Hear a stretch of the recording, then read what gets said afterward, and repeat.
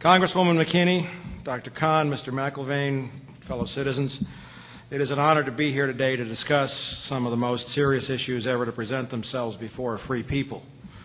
There are many things I do not need to say here today. Others will say them for all of us. Almost all of us are deeply aware of and disturbed by the glaring inconsistencies, the evidence tampering, the obstruction of justice, the nonfeasance, the malfeasance, and the other crimes represented by the final report of the Kane Commission investigating the attacks of September the 11th. I will not digress to discuss them here, but for the record, I would like it noted that the entire membership of the Kane Commission is horribly and blatantly compromised by often egregious conflicts of interest that would have made them ineligible for participation in the tribunal charged with rendering a full accounting of the events of 9/11. Their conduct in the discharge of their duties was a shameful and criminal affirmation of those vested interests. Since the day of the attacks, my newsletter from the wilderness, reinforced by an incredible staff of writers and editors, has worked virtually nonstop to investigate those attacks and to produce reasonable answers based upon evidence that will help fill the enormous void left by mainstream news organizations, the Congress, and the Kane Commission. As most of you know, my long-awaited book, Crossing the Rubicon, The Decline of the American Empire at the End of the Age of Oil, has just recently been completed, and even as we speak today, the printing is starting in Canada. So we're very happy to see that. I am especially. We have been accepting advance orders for a week, and the first shipment should go out by September 14th. So those of you who have been waiting for that book, which is 700 pages long with 1,000 footnotes, plenty for all of you to digest, challenge, and do whatever you want to do with, it'll be available for you shortly, and we certainly hope before November 2nd. I don't know why I'd say something like that. You can find information about the book at the website fromthewilderness.com. I believe that Crossing the Rubicon provides amply documented evidence with which to initiate and sustain a number of indictments of top-level government officials for their roles in facilitating the attacks of 9/11. Most notably, as my chief suspect, I name Vice President Richard Cheney as both a planner and executor of those attacks.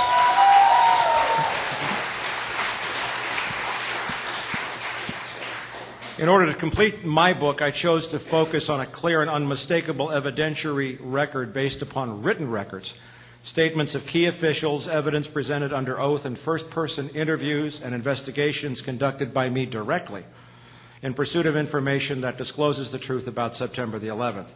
I chose to avoid discussion of physical evidence issues for two primary reasons. First, physical evidence arguments based upon photographic and other analyses are not directly court admissible without overcoming several hurdles.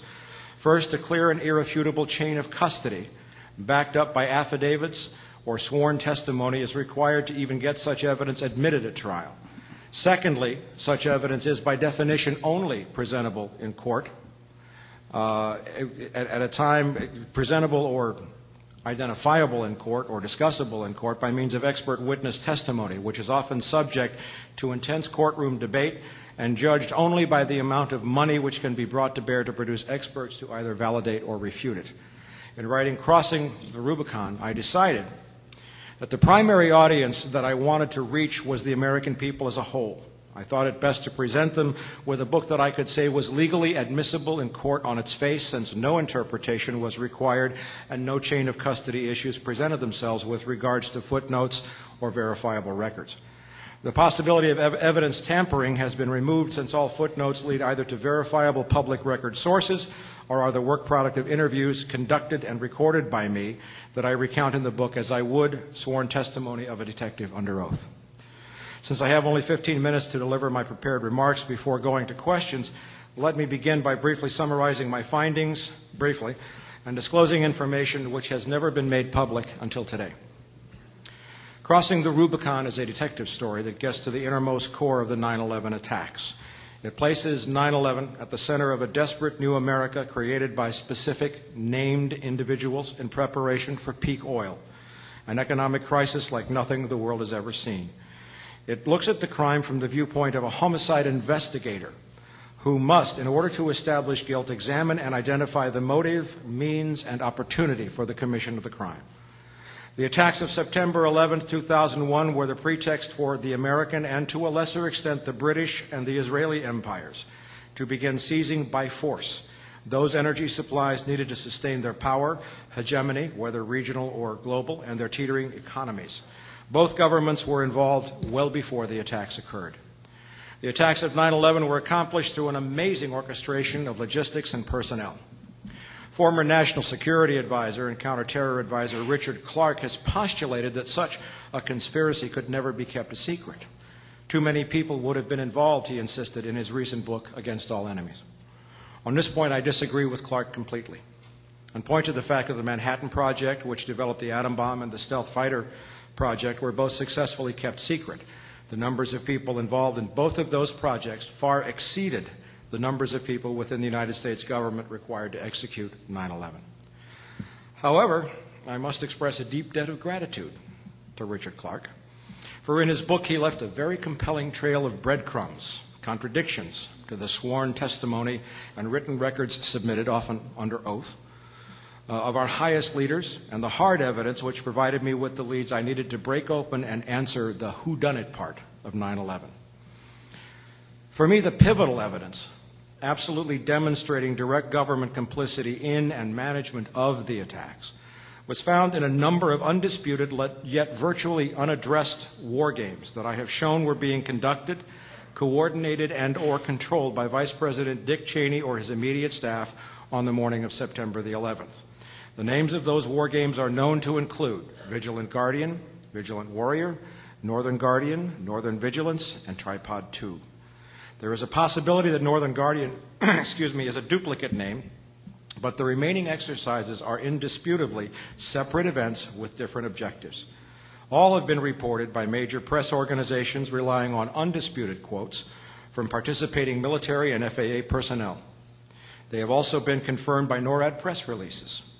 All, except for Northern Vigilance and Tripod 2, had to do with hijacked airliners inside the continental United States, specifically within the Northeast Air Defense Sector or NEADS, where all 4 9/11 hijackings occurred.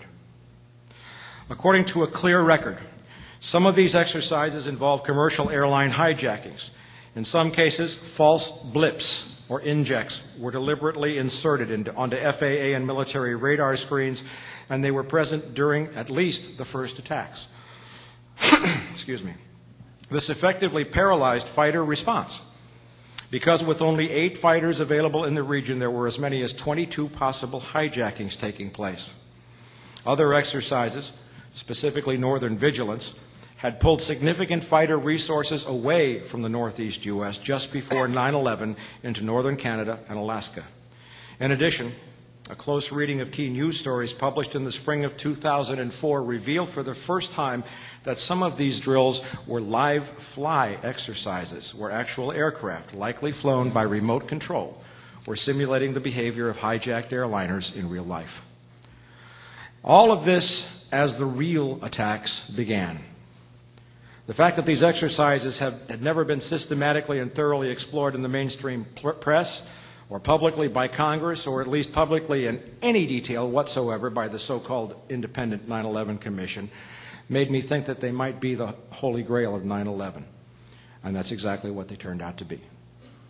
Only one war game exercise, Vigilant Guardian, was mentioned in a footnote to the Kane Commission report, and that it was deliberately mislabeled as an exercise intended to intercept Russian bombers instead of a hijack exercise in the Northeast sector.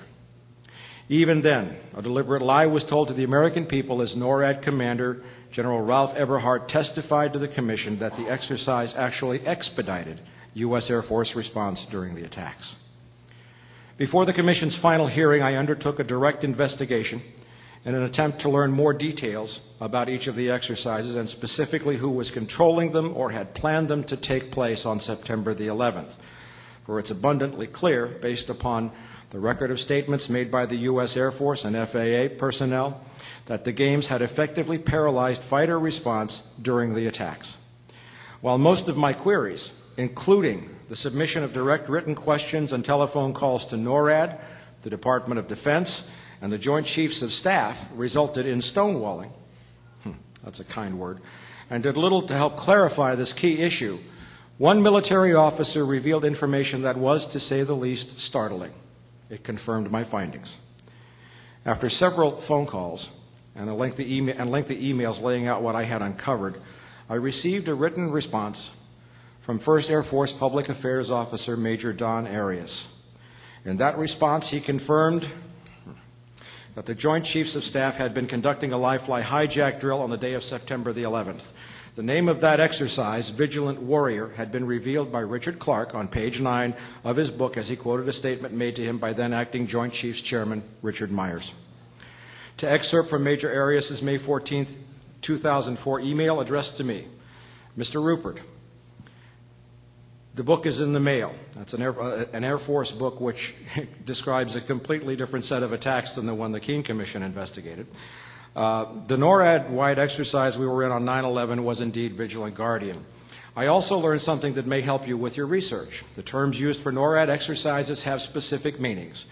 Per NORAD Instruction 33-7, nicknames, quote, a combination of two separate unclassified words, which is assigned an unclassified meaning and is employed for unclassified administration, morale, or public information. The first word must begin with the combination of letters of the alphabet allocated to the using agency. It's all mill speak, as they call it.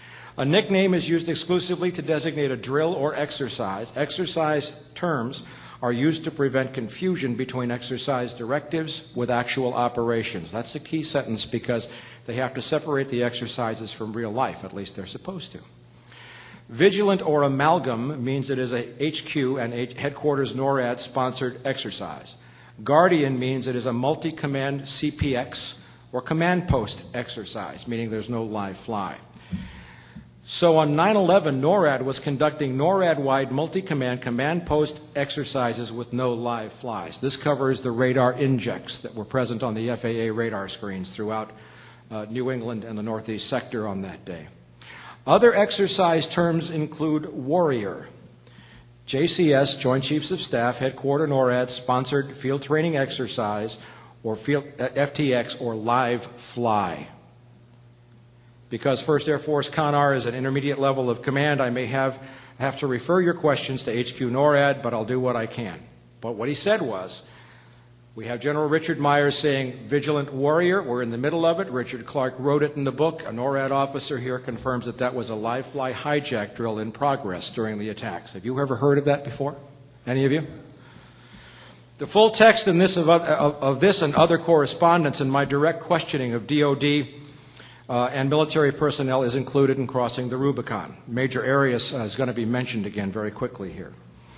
What we have in this instance is direct written confirmation of a live fly exercise that involved the actual piloting of aircraft either by remote control or with real pilots in the Northeast Air Defense Sector.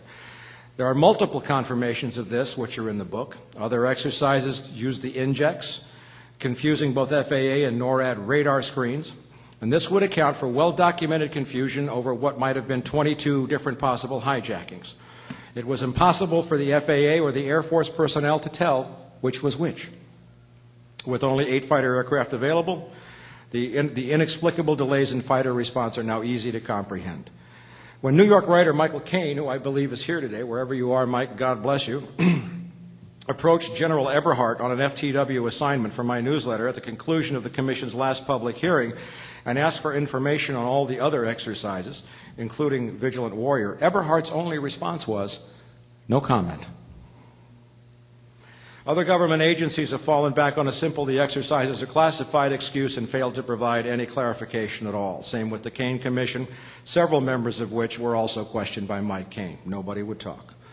There was also an additional non-military biowarfare exercise called Tripod 2 being set up in Manhattan on September 11th, and it was under the direct coordination of FEMA and by White House directive the immediate control of the Vice President, Richard Cheney. The setup for that exercise conveniently placed a fully staffed FEMA New York City Department of Justice command post on Manhattan's Pier 29, just in time for it to be conveniently used as the command post after the Twin Towers had collapsed.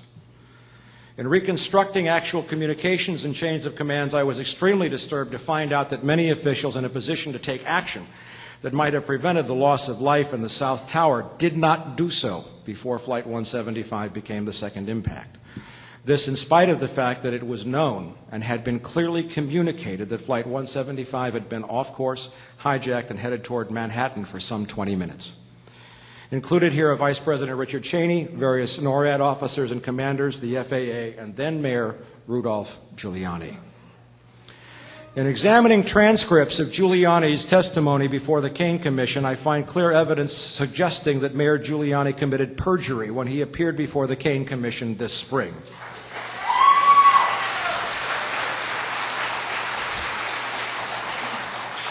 It's interesting to note that of all 9/11 witnesses whose testimony I analyzed, his testimony remain to this day the only testimony which has not been transcribed and presented to the public. Instead, I was forced to rely on transcripts prepared from video and audio recordings by 9/11 activists and researchers. I will now quote from Crossing the Rubicon as to what my analysis of Giuliani's testimony revealed. It may explain why the Kane Commission has deliberately withheld it from public view.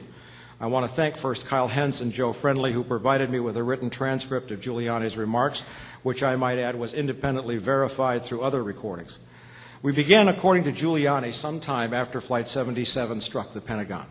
Quote, I had already been informed by my chief of staff that he had reached the White House and by the police commissioner, who I think had reached the Defense Department. I'm not sure exactly. But both of them had assured me that we had gotten air support because that's why I wanted to reach the White House. I wanted to make sure that we had air defense for the city. And my chief of staff told me that he was informed by the White House that there were 7 planes that were unaccounted for.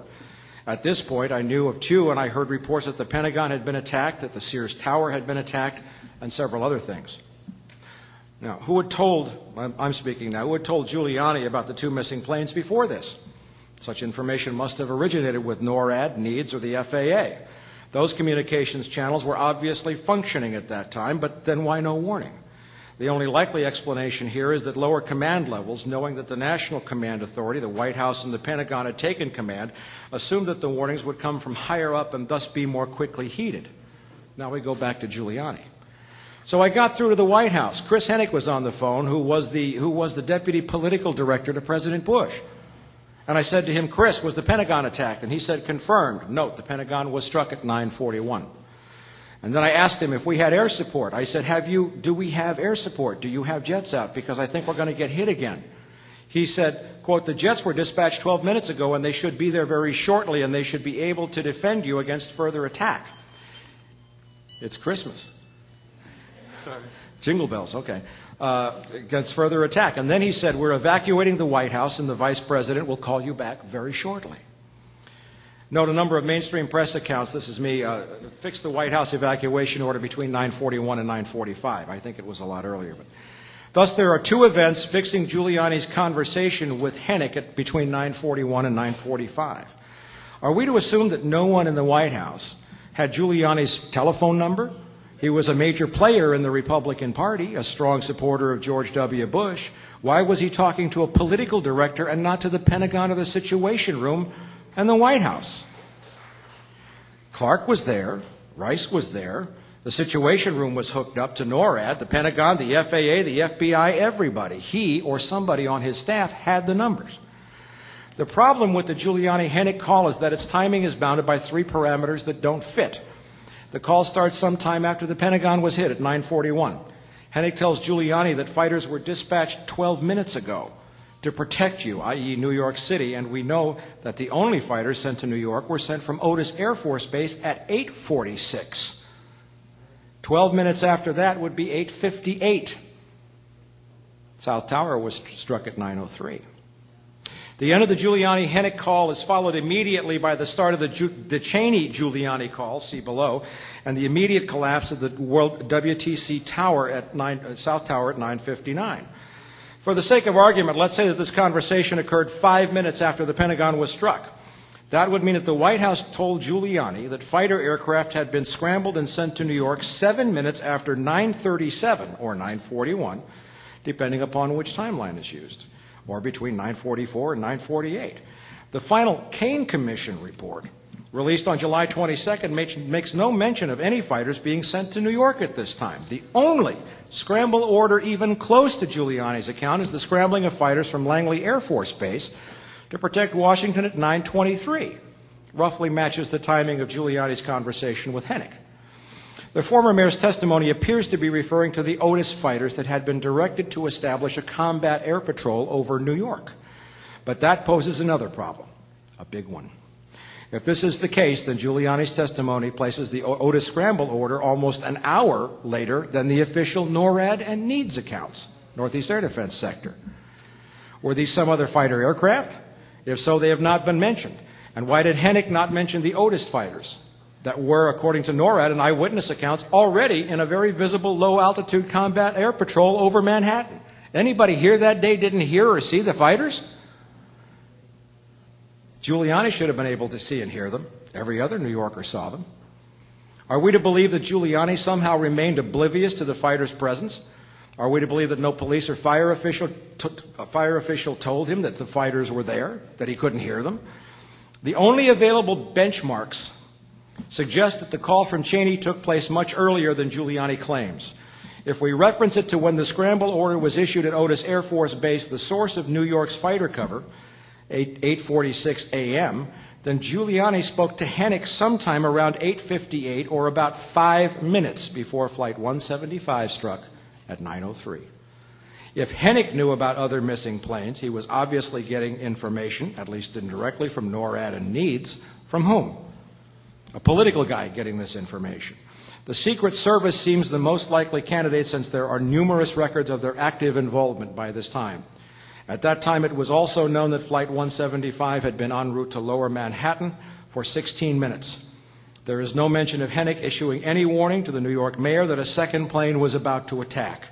How could the White House staffer have been certain about 12 minutes unless there had been a log? He was precise. Where is that log?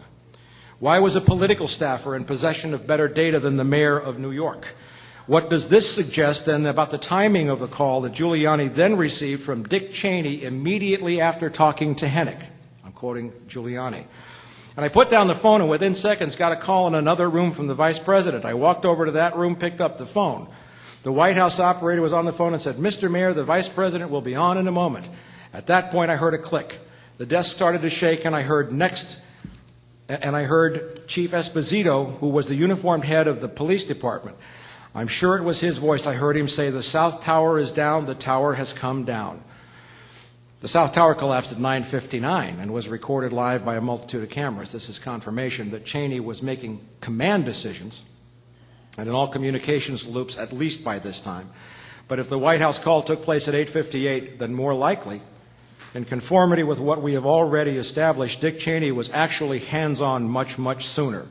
As we have seen, Cheney was already in that role between 8:45, according to the FAA, and no later than about 9:15. The Secret Service, which had snatched Cheney out of his office after Flight 175 hit at 9:03, was fully informed of all developments, and they never left Dick Cheney's side. Quoting Giuliani, "So the police commissioner and I and the deputy police commissioner, we jointly decided we had to try to get everyone out of the building. So we went downstairs into the basement. We tried 2 or 3 exits, could not get out. I don't know if they were locked or blocked, but we couldn't get out." Here is more agonizing confirmation that no evacuation warnings had been issued for either tower prior to 9:02. Yet full knowledge of the danger was available to the National Command Authority that Flight 175 had turned toward New York at 8:42. 20 silent minutes passed when many of those who died could have been saved.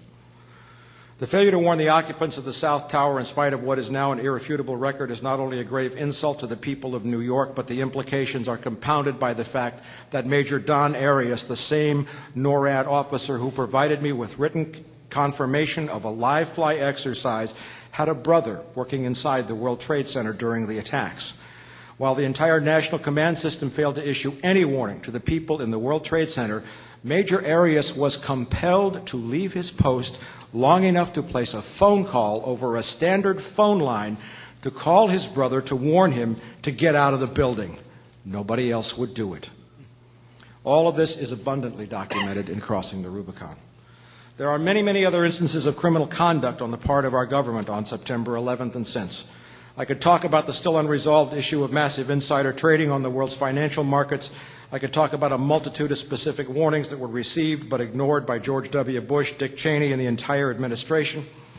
I could talk about how Retired FBI Special Agent John O'Neill was kept out drinking until 2:30 in the morning on the night before the attacks, in a pattern very reminiscent of what happened with several Secret Service agents assigned to protect President John Kennedy on November 22, 1963. One of the most insulting omissions of the Keene Commission is its failure to even discuss a $100,000 wire transfer to Mohammed Atta just a few days before the attack at the order of the head of Pakistani's intelligence services, the ISI, or that, as Paul mentioned, General Ahmad was having breakfast with Porter Goss, the man who was now being put forth to head our Central Intelligence Agency. But one thing I am certain of, and I believe I have proven the case beyond a reasonable doubt in crossing the Rubicon, I am absolutely certain that Richard Cheney was not only a planner in the attacks, but also that on the day of the attacks he was running a completely separate command and control and communication system which was superseding any orders being issued by the National Military Command Center, that's the Pentagon, or the White House Situation Room. To accomplish that end, he relied on a redundant and superior communication system maintained by the United States Secret Service in or near the Presidential Emergency Operations Center, the bunker to which he and National Security Advisor Condoleezza Rice were reportedly rushed sometime after Flight 175 struck the South Tower. I will demonstrate that the Secret Service possessed radar screens which gave them and the Vice President, whose side they never left, real-time information as good or better than anything available to the Pentagon, the FAA, or anybody else, and that it was on the basis of that information that Cheney overrode and took complete operational control on September the 11th. I have shown that in what are called National Special Security Events. I encourage you to all Google that on your computers. The U.S. Secret Service is the supreme U.S. agency for operational control with complete authority over the military and all civilian agencies. I have established conclusively that in May 2001, by presidential order, Richard Cheney was put in direct command and control of all wargame and field exercise training and scheduling through several agencies, especially FEMA. This also extended to all of the conflicting and overlapping NORAD drills. I will also demonstrate that the tripod exercise being set up on September 10th in Manhattan was directly connected to Cheney's role in number 3 above. By sheer dedication and sacrifice through endless hours of labor and uncounted sleepless nights, a great many true Americans have kept 9/11 on the table. There's a few of them right here, a few of them here, there. 9/11 on the table for review and examination by the people of the world, and especially the people of America. It remains a clear and irrefutable challenge for all of us to persevere, to remain steadfast, to demand accountability, and to take whatever personal risks are necessary to see justice done and to unravel the confusing, perilous, and often frightening world which has presented itself to us in the years since. I welcome your questions.